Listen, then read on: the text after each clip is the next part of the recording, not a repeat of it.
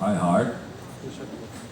It's a pleasure to see you, especially in an occasion like this, where, we're all brought back to where we started.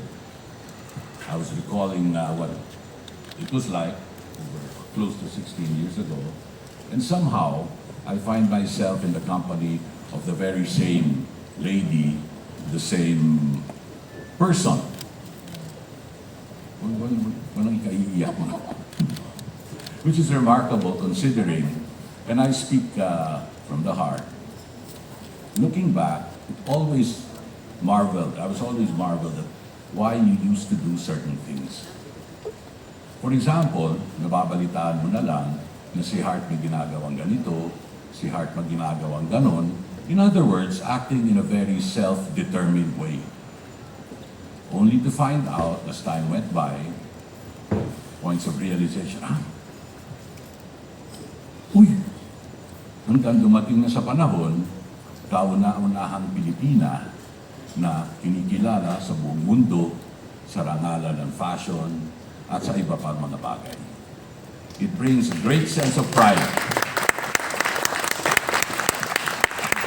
At hindi lamang yun, dumaan sa pagiging artista, pagiging host, influencer, na lahat halos ng brand nasa sako. All categories, including luxury, global, or international brands. I mean, how proud could a Kapuso be that you are a Kapuso? How proud. I could go on and on.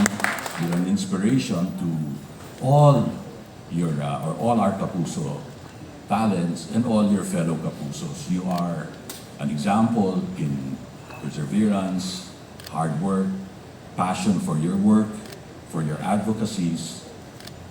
You are the quintessential role model in what you do. And for that, allow me to thank you on our behalf for your continued trust and confidence, and thank you for signing this lifetime contract and this renewal. Thank you. Maraming salamat. Maraming salamat.